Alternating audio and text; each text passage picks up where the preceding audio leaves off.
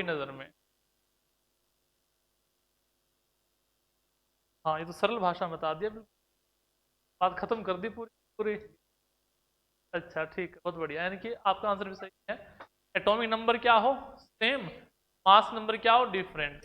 अच्छा, कुछ स्टूडेंट ऐसा है जो कि लास्ट क्लास मेरी रही थी, सैटरडे को ना आया हो? ठीक है, ठीक, चलो। तो टॉपिक हम पढ़ रहे थे एटॉमिक स्ट्रक्चर, यानी कि मैं आपको केमिस्ट्री पढ़ाऊंगा, साइंस पढ़ाऊंगा, उसमें हम पढ़ रहे थे एटॉमिक स्ट्रक्चर, परमाणु की संरचना।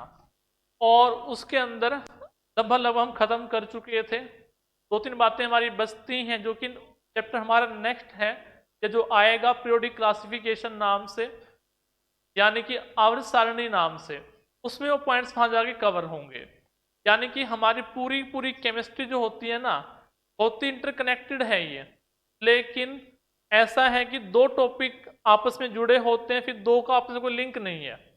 अगले टॉपिक का आपस में लिंक बनेगा दो का, फिर दो खत्म, आगे अगले चैप्टर स्टार्ट। तो आज मैं चैप्टर स्टार्ट कर रहा हूँ, हालांकि जो चैप्टर हमारा चल रहा था उसमें दो तीन बातें हैं जो कि रिपीट करूंगा, वो कवर होंगी पीरियोडिक क्लासिफिकेशन के साथ, जो कि आप सभी के लिए नया चैप्टर बनने वाला है इन फ्यूचर जब हम पढ़ेंगे उसको। तो आज चैप्टर हम कवर करेंगे, एक मोस्ट इंपॉर्टेंट टॉपिक है हमारा, हार्डनेस ऑफ वाटर, यानी कि जल की कठोरता। यानी कि जल कठोर क्यों होता है, या किस पानी को, जल को, वाटर को हम हार्ड कहेंगे। तो हेडिंग बनाएं एक बार, hardness of water, hardness of water, Hindi में बोलेंगे जल की कठोरता, जल की कठोरता।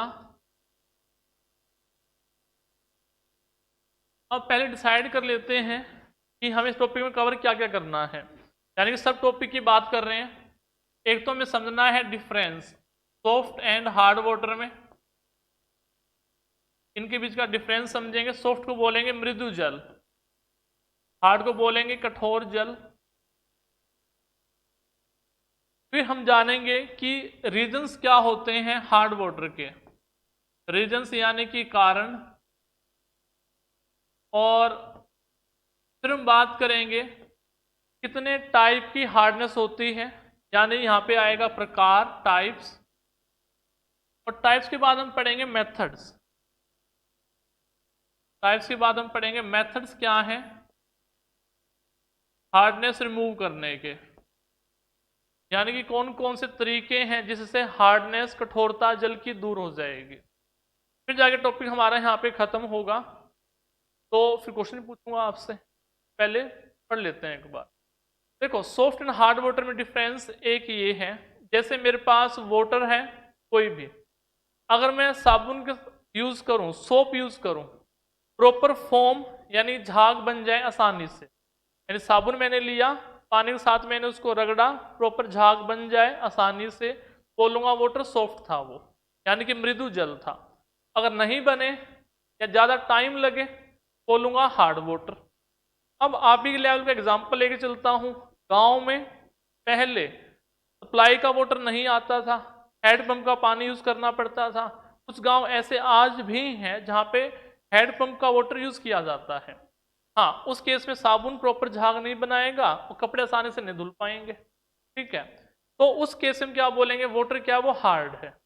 और शहरों में सुविधाएं आ चुकी हैं, तो आसानी से झाग बनेगी, फॉर्म बनेगी, सॉफ्ट वाटर हो गया। तो देखें, पहली बात, यहाँ पे फॉर्म इजिली प्रोड्यूस हो जाएगी, फॉर्म इजिली प्रोड्यूस होगी, कि यहाँ पे प्रोड्यूस नहीं होगी। ठीक है, फॉर्म यानी कि झाग। तो ये बात तो क्लियर होगी। अब बात आती है कि ये हार्ड वाटर आता भी तो होगा, कई बार सप्लाई भी गवर्नमेंट भी करती है इनकी, जहाँ पे प्रॉपर सॉफ्ट वाटर सप्लाई नहीं कर पाती वहाँ पे हार्ड वाटर सप्लाई करेगी। अब हार्ड वाटर जो है ये वाला, ये आता है पाइप्स में। कौन से पाइप में? लेड पाइप्स में, लेड पाइप होते हैं इसके लिए। और हार्ड वाटर है वो लेड पाइप से रिएक्शन नहीं करता, यानी कि no reaction with hard water. इसलिए लेड पाइप का यूज किया जाता है। मिट्टी जैसे आपको दिखते हैं, ठीक है। लेड पाइप रिएक्शन नहीं करेगा, हार्ड वाटर अभिक्रिया नहीं करेगा। एक बार ये भी तो होता है कि हमने कई बार पानी को गर्म किया, उसके बर्तन पे अंदर की साइड लेयर सी आ जाती है, परत सी आ जाती है मिट्टी की।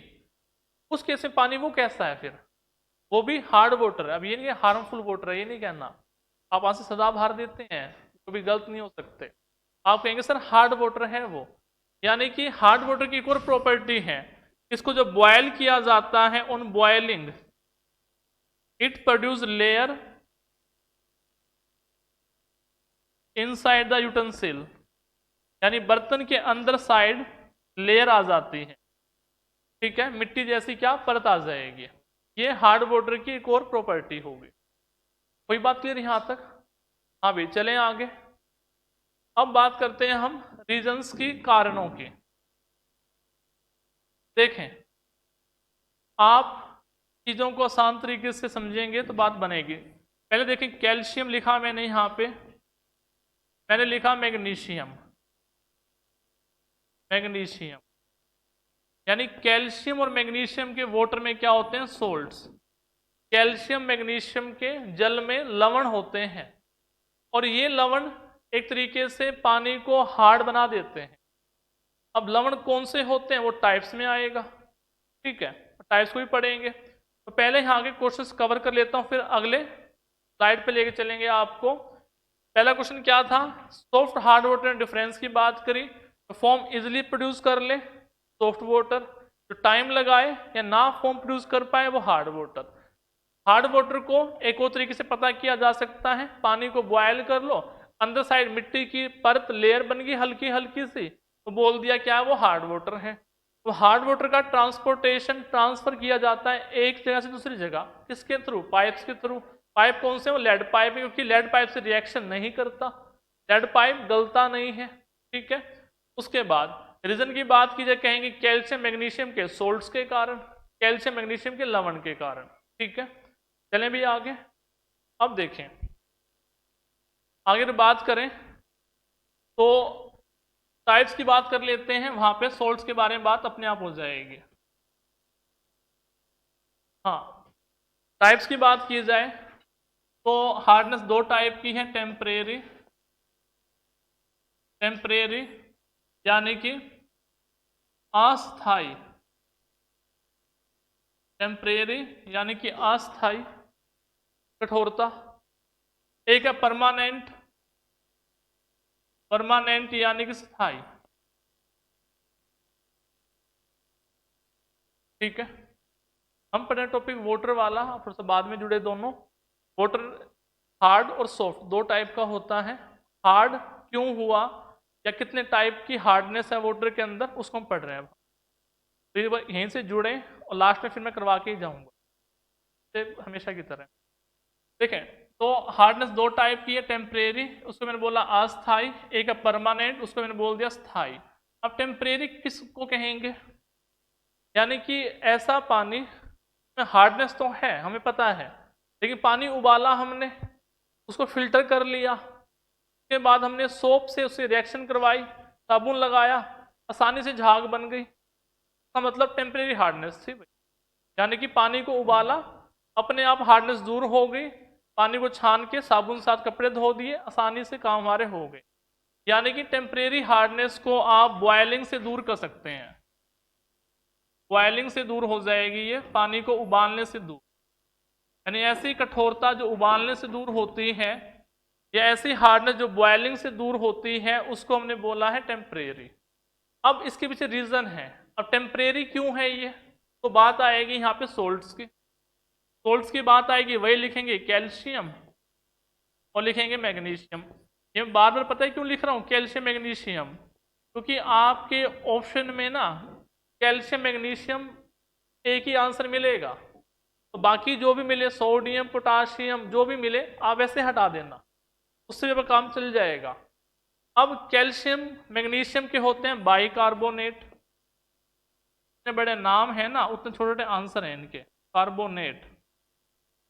कार्बोनेट्स, ठीक है। कैल्शियम के लिए क्या लिखूंगा? Ca, और बाइकार्बोनेट के लिखता हूं मैं HCO3 का ट्वाइस, क्या बन गया कैल्शियम बाइकार्बोनेट, Ca कैल्शियम के लिए, HCO3 ट्वाइस बाइकार्बोनेट के लिए, बाई के लिए 2, कार्बोनेट के लिख दिया मैंने HCO3। ऐसे ही मैग्नीशियम बाइकार्बोनेट MgHCO3 ट्वाइस, यानी आपसे पूछेगा अब क्या कि टेम्परेरी हार्डनेस का रीजन क्या है, तो आप बताएंगे कैल्शियम बाइकार्बोनेट है, या कहेंगे मैग्नीशियम बाइकार्बोनेट है, या दोनों भी हो सकते हैं पानी के अंदर। ये ऐसा नहीं कि एक टाइम पे एक ही मिले, दोनों भी हो सकते हैं। अब आपके मन में ख्याल आ रहा होगा सर ये तो बात समझ में आ गई है, अब बॉयलिंग से दूर कैसे हो गया ये? अब समझे बॉयलिंग से कैसे दूर किया था। मेरे पास था CaHCO3 का ट्वाइस, मैंने इसको बॉयल किया यानी कि हीट कर दिया था। जो हीट किया था ना ये टूट गया था, किसमें CaCO3 में, किसमें CO2 में, किसमें पानी में। हाँ यानी कि इसको जब हीट किया था CaHCO3 ट्वाइस को, तो 2-3 चीजें बनी, 3 चीजें, CaCO3 बना, CO2 बना, H2O बना। इन दोनों का कोई लेना देना हमें नहीं है, बात इसकी है कुल मिला के। ये विलन का काम कर रहा था लेकिन छिपकर हमने बाहर निकाल दिया इसको। क्यों? देखें, ये तो पानी में होता है सोल्यूबल, ये पानी में था सोल्यूबल, हार्डनेस बना रहा था, पानी को हमने उबाल दिया, CaCO3 बना, ये पानी में होता है इनसोल्यूबल। अब कहेंगे सर पानी में घुलता नहीं तो होता कहाँ है ये?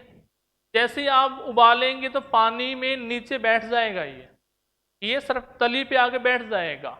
हम क्या करेंगे, चला के दिखाएंगे, हम पानी को छान लेंगे और जो इम्प्योरिटी बची CaCO3 मिट्टी टाइप में फेंक देंगे। वो पानी छान लिया, वो पानी क्या है, सॉफ्ट वाटर हो गया। सॉफ्ट वाटर है तो हम कपड़े धोएंगे या कुछ भी करें, हमारी मर्जी आगे। बात समझ में आई? तो अब जो भी आगे पढ़ाने वाला हूं उसमें मेरी बात ये रिपीट होने वाली है कि सोल्यूबल चीज को इनसोल्यूबल बनाएंगे, फिल्टर करेंगे, इम्प्योरिटी बाहर फेंकेंगे, अपना काम चलाएंगे। ये चीज बार बार रिपीट होएगी, ठीक है।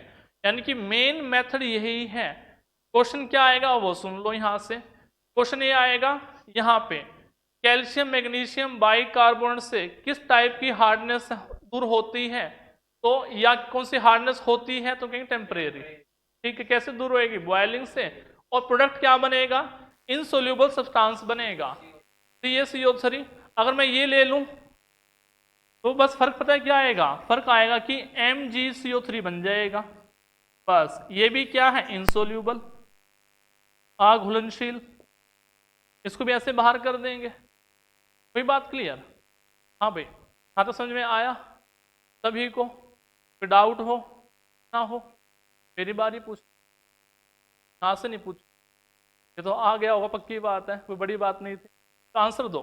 ये बताओ कोरल रीफ, हालांकि जी पहले पढ़ा चुका हूं लेकिन फिर पूछूंगा कि मेरे दायरे में दोबारा आ गया। हाँ, कोरल रीफ किससे बनी होती है? CaCO3 से। चोक, अच्छा CaCO3 का एक और नाम बताओ। Limestone, marble. अच्छा मार्बल है, मैंने HCl डाल दिया, मैंने सल्फ्यूरिक एसिड डाल दिया, उस केस में कौन सी गैस बाहर निकलेगी? एक आंसर तो आया भाई, गैस बाहर निकलेगी।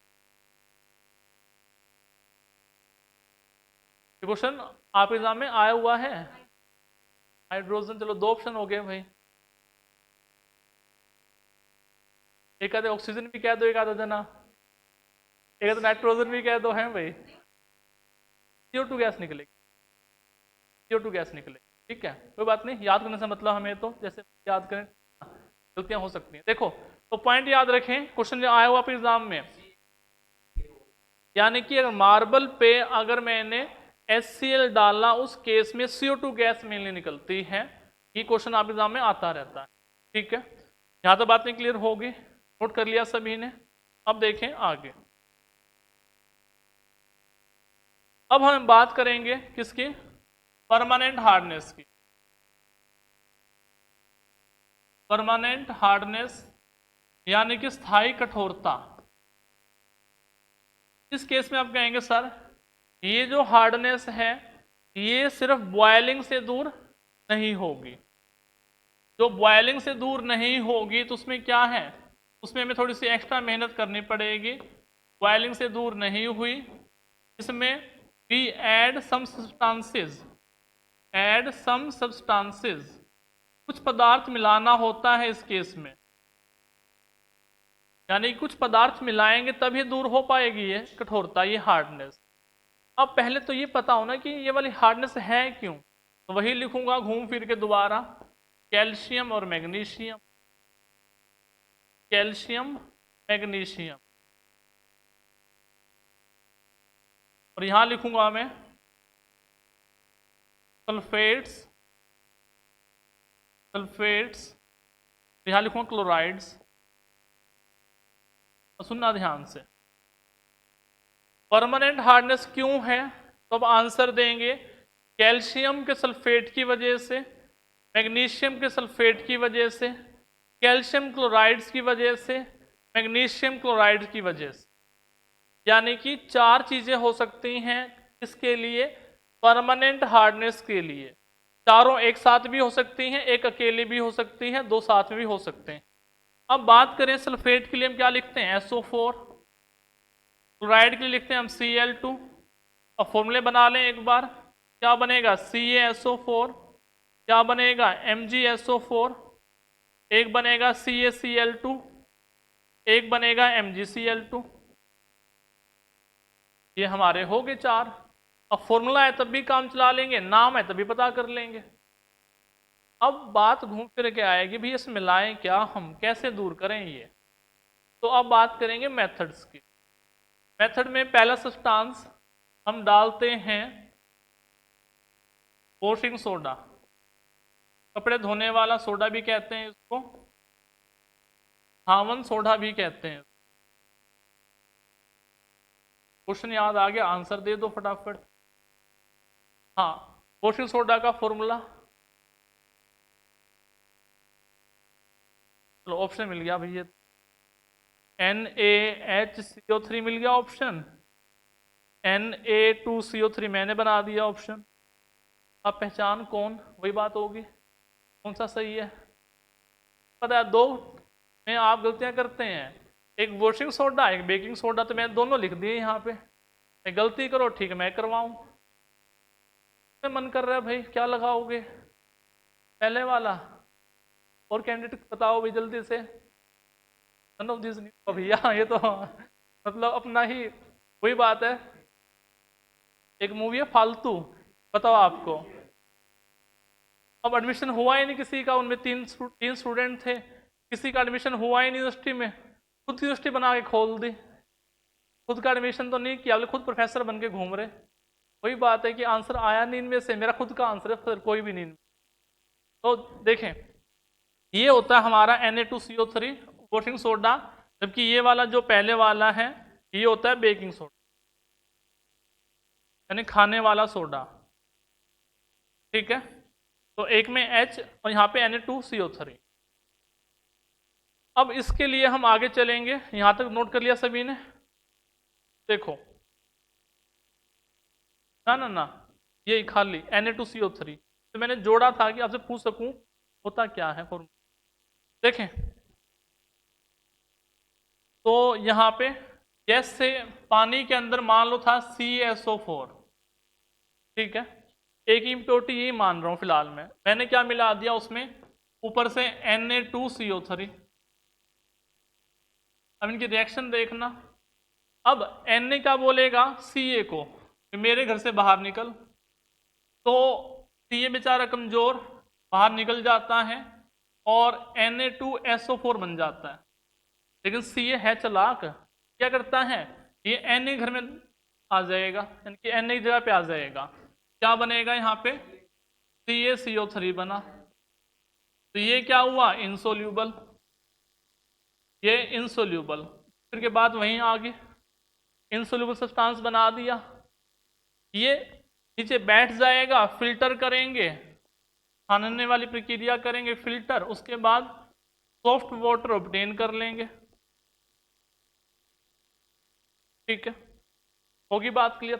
हालांकि रिएक्शन आपको याद नहीं रखनी है, आप एग्जाम में डायरेक्ट क्वेश्चन बनता है इनमें से क्या डालें, तो Na2CO3 कई बार फॉर्मूला देता है, कई बार नाम लिख के देता है। ठीक है, चलें आगे, पहला मेथड हमारे यहाँ पे कवर हो जाता है। सेकंड, यहाँ पे लिखूंगा, ये नाम हिंदी में इंग्लिश में सेम रहेगा, परम्यूटेट, परम्यूटेट मेथड,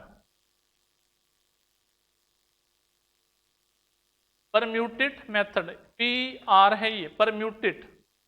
इस केस में एक शब्द लिखता हूं यहाँ पे, आर्टिफिशियल जियोलाइट, आर्टिफिशियल जियोलाइट। ठीक है, यानी कि कृत्रिम जियोलाइट ही कहा जाएगा इसको। एक मिनट रुक, मैं एक बार लिख लूं फिर क्वेश्चन सुनता हूं आपका। हाँ जी, अब पूछो। बता रहा हूँ अभी, बताइए, बता रहा हूँ अभी, फॉर्मूला भी बताऊंगा, सब चीज बताऊंगा।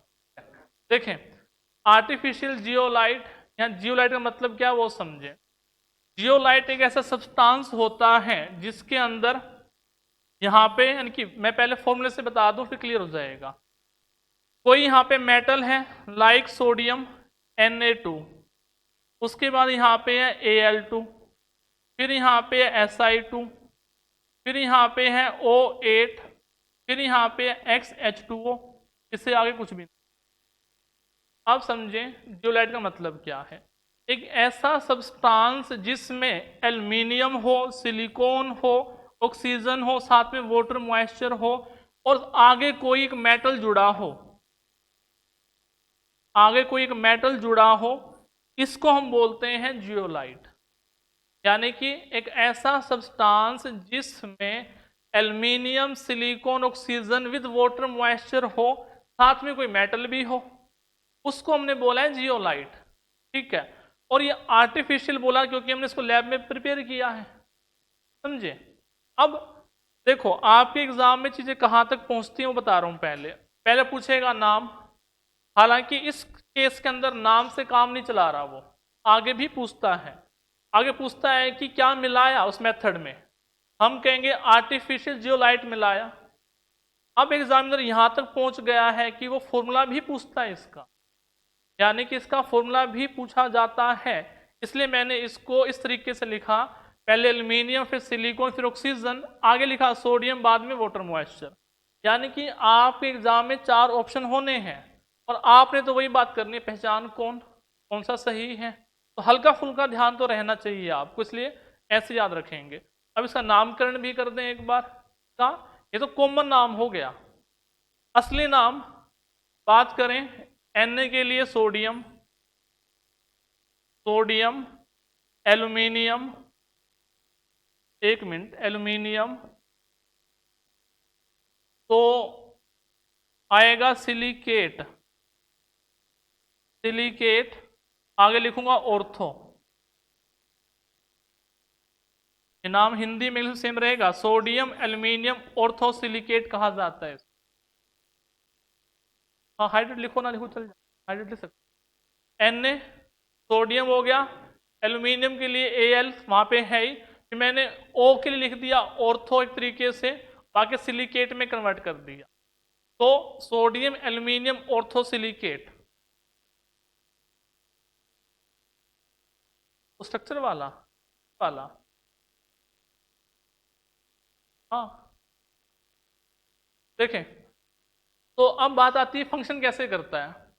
अब हालांकि रिएक्शन तो मैंने नहीं करनी, इस आपने समझना है, मैंने Na2 पे जानकर सर्कल लगाया ताकि आप कंपैरिजन करें इससे। Na2 यानी कि यही चीज Na2 वाली यहाँ पे है, आगे मान लो CaSO4 था, वही आयंस का क्या होएगा, एक्सचेंज। आयन क्या करेंगे, अल्टा पल्टी, आयन परिवर्तन करेंगे, जगह बदलेंगे, तो यहाँ पे जो चीज बचेगी, क्या बचेगा, ये तो बचेगा Ca2, Al2, Si2, O2, XH2, ये तो बचेगा। ये क्या इम्प्योरिटी, ये क्या इनसोल्यूबल हो जाएगा, ये नीचे बैठ जाएगा, हम पानी को छान के सॉफ्ट वाटर अपने काम में ले आएंगे, यानी कि वो चीज पहले वाली दोबारा रिपीट होएगी।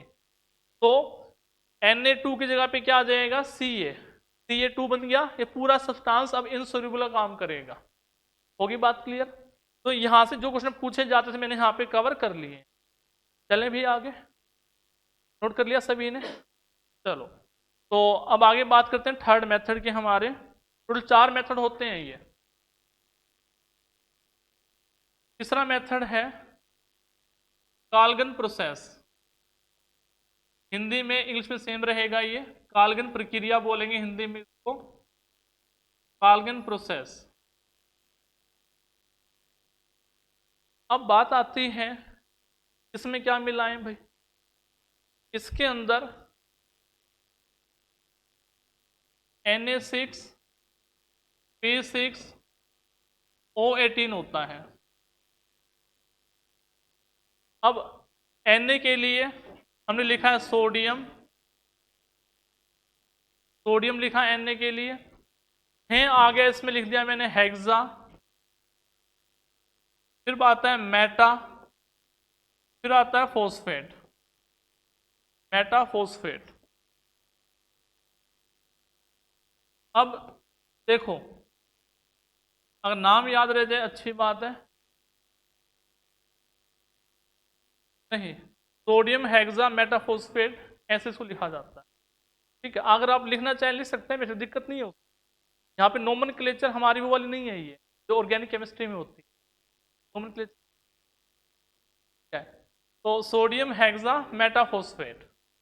अब बात आती है कि ये कैसे काम करेगा। वही सोडियम आ गया, जगह बदलेगा, जगह बदलेगा, इम्प्योरिटी बनेगी, इनसोल्यूबल है, नीचे रह जाएगी, पानी छान लेंगे।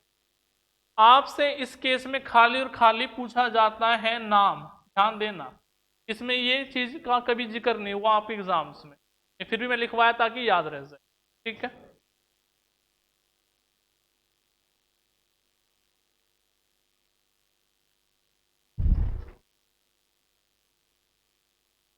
कोई बात नहीं।